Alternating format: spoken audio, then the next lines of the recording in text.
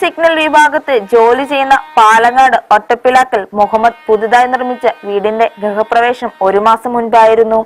എന്നാൽ എല്ലാവരെയും അമ്പരിപ്പിക്കുന്നതായിരുന്നു മുറ്റത്തെ ട്രെയിൻ. പ്രധാന റോഡിൽ നിന്ന് മുഹമ്മദിന്റെ വീട്ടിലേക്ക് പ്രവേശിക്കുമ്പോൾ തന്നെ ചൂളം വിളിച്ച് ചീറിപ്പായുന്ന എഞ്ചിന്റെ ട്രെയിനാണ് കാണുന്നത്. എന്നാൽ ട്രെയിൻ കണ്ട് നാട്ടുകാരും റെയിൽവേ ജീവനക്കാരും അത്ഭുതത്തോടെ നോക്കി നിന്നുപോയി.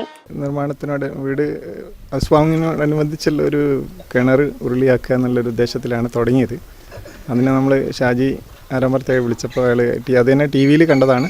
ടി വിയിൽ കണ്ട് നമ്പർ നോട്ട് ചെയ്ത് അതിന് ശേഷം അയാളെ വിളിച്ച അയാൾ ഇവിടെ വന്ന് പിന്നെ കിണർ ഉരുളി ചെയ്യാമെന്ന് പറഞ്ഞു. അത് ചെയ്തുകൊണ്ടിരിക്കുന്നതിൻ്റെ ഇടയിലുള്ള ഒരു ആശയം, ഞങ്ങൾ ഈ കന്മതിൽ നിർമ്മിച്ചുകൊണ്ടിരിക്കുകയാണ്. അത് ഇടയ്ക്കാണ് അയാൾക്ക് ഒരു ട്രെയിനാക്കിയാൽ എന്താണെന്ന് ചോദിച്ചപ്പോൾ നമ്മൾ 100% അതിന് സപ്പോർട്ട് ചെയ്ത്.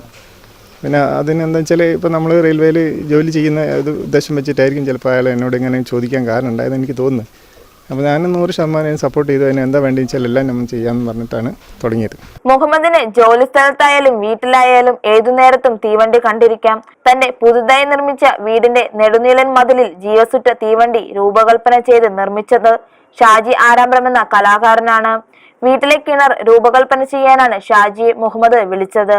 വലിയ ഉരുളിയുടെ മാതൃകയിൽ കിണർ രൂപകൽപ്പന ചെയ്യുന്നതിനിടെയാണ് ഷാജി തീവണ്ടി മതിൽ എന്ന ആശയം പങ്കുവച്ചത്. ആദ്യം മുഹമ്മദ് ഞാൻ ഹൗസ് ഓണർക്ക് നന്ദി പറയാണ്. കാരണം ഇങ്ങനത്തെ ഈ ട്രെയിനിന് വേണ്ടി ഒരു അവസരം തന്ന മുഹമ്മദ് ഒരുപാട് നന്ദി പറയുന്നുണ്ട്.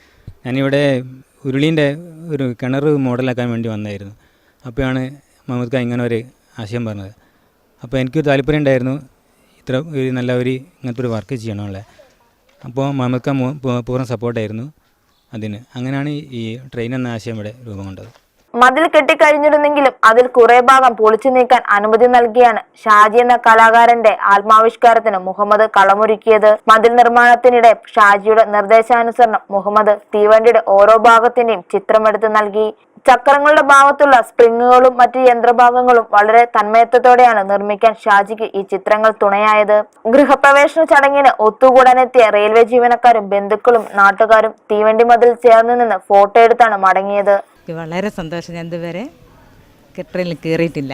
കാണാൻ കണ്ടിക്കുന്നല്ലാതെ ഇതുവരെ കയറിയിട്ടില്ല.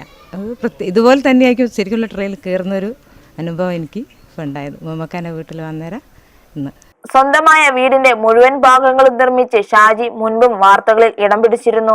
കോൺക്രീറ്റിന് മാത്രമാണ് ജോലിക്ക് പുറമെ നിന്ന് ആളെ വിളിച്ചത്. പുരാണ കഥാപാത്രങ്ങൾ, കഥകളി, മത്സ്യകന്യക തുടങ്ങിയ വിവിധ രൂപങ്ങളും ഈ ചിത്രകാരന്റെ കൈവിരലുകളിൽ ഒരുക്കിയിട്ടുണ്ട്.